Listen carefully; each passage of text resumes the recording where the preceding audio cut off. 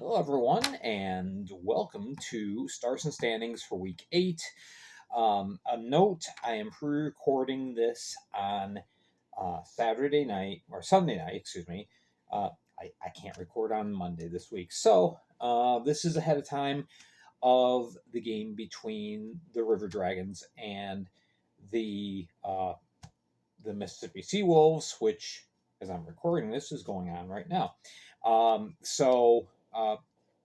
This could change. Columbus could end up being in second place. But yeah, other than that, this is what we got.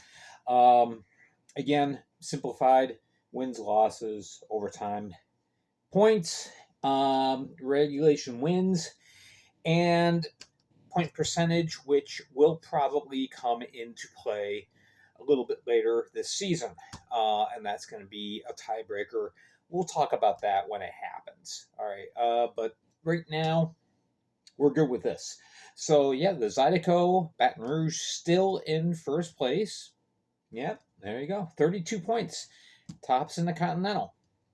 And they at least have a one-game cushion because a game is 3 points over River Dragons. So even if the River Dragons win tonight, they're in second place. They would be at 29 points at the most. So, yeah, Baton Rouge still goes into this upcoming weekend in first place. As of the moment I'm recording this, Carolina and Columbus are tied with identical records. So that's very interesting. Those are the two teams that we kind of expected to be at the top of this division or very near it. Columbus, of course, they're a little bit behind in games played. Well, now so is Carolina. There's quite a difference in the Continental Division. Carolina and Columbus have only played 11 games. Meanwhile, Baton Rouge and Monroe have played 17. So that's going to become very interesting down the line when these two teams are idle and these two teams are making up ground, so or having the opportunity to do so at least. Okay, Blue Ridge currently in fourth place. Athens, they only played the one game this whole week. Some teams like Monroe played 4 games. So, uh, yeah, Athens is going to be making up some ground later on. So they're not going to stay down here in fifth place. Again, 11 games. So, okay, they're 11 games. These guys are 12. Still, you see what I mean as far as everybody's played an odd number of games in comparison to each other. In the Empire Division, Binghamton and Watertown still way ahead of everybody else. So it's kind of like a second tier right here. Everybody's kind of jockeying for position. Danbury, Port Huron, Motor City, by virtue of the 2 wins that they had out in Illinois this last weekend. Now they've entered into the conversation. So initially, before the season started, we thought Motor City was going to be better than this. So we'll see what happens. Hudson Valley, the Venom Hockey Club, however we're going to call them. They're kind of down here now. We'll see what happens. My understanding is that there is stuff in the works to make sure that they get a facility that they can regularly practice in. And so they're not only working on changing the game schedules around, but making sure that the Venom can be competitive, when they travel to wherever. So their next game, it was going to be in Hudson Valley. It is now in Watertown on December 7th. So the Dashers, of course, we knew they would be having a tough time of things this year. Are they going to stay this low? Hopefully not. Hopefully not. There's some talent on the team. So there's talent on all the teams, really. I know there's quite a big difference in points between Mississippi and Monroe, as well as the Dashers and looking up. But you know, we'll see what happens. All right, we're going to change board and look at boards. We're going to look at stars of the week. All right, so we got our 5 stars, our 5 top performers, and a couple of honorable mentions that I want to talk about as well.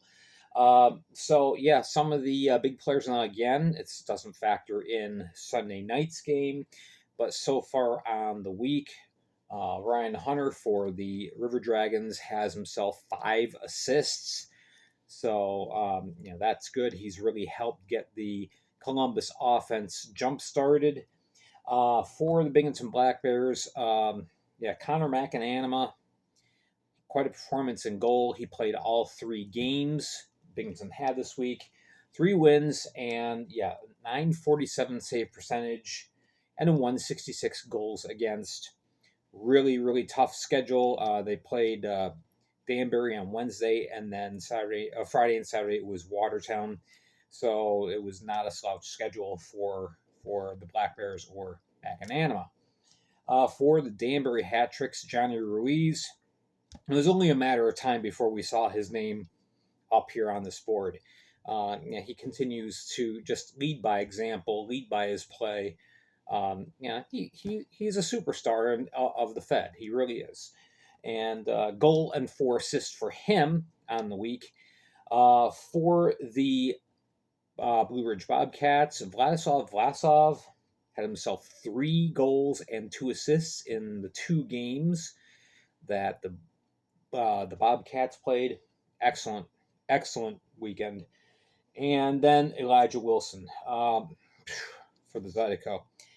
4 goals, 2 assists, a shootout winner, and also I got to tell a little story here for those of you who may not know. On Saturday evening, the Zydeco were playing in Monroe, and during the course of play, a puck went off of Elijah Wilson's stick. The puck flew into the crowd, just randomly, freak thing, struck a small boy in the eye, and it was purely accidental. It was just a freak thing. Unfortunately, that type of thing does happen every now and then in a hockey game. Elijah Wilson, at the end, I'm not sure if it was the end of the game or the end of that period, but he went when the teams were leaving the ice.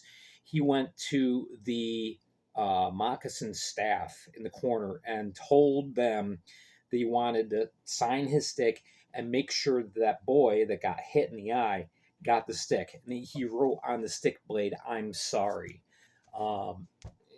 That's the kind of player that Elijah Wilson is. He's deeply moved by the fact that we all come out to watch them play.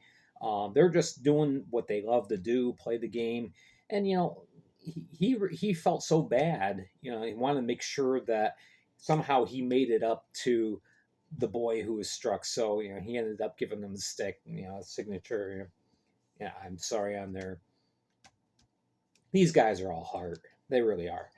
All right. Honorable mentions for the week: Dmitry Kuznetsov, Elijah Wilson's teammate, 2 goals, 3 assists, and a shootout winner. Not too bad. For Binghamton, CJ Stubbs had himself a goal and 5 assists. 4 of those assists coming in the 1 game on Saturday night. And then the Bobcats, Hunter Vorostek, man, what a year he's having. I gotta change this because he got himself 2 wins. He got himself a shutout on Friday between the 2 games, a 1.50 goals against, and a save percentage 951. And this is wrong.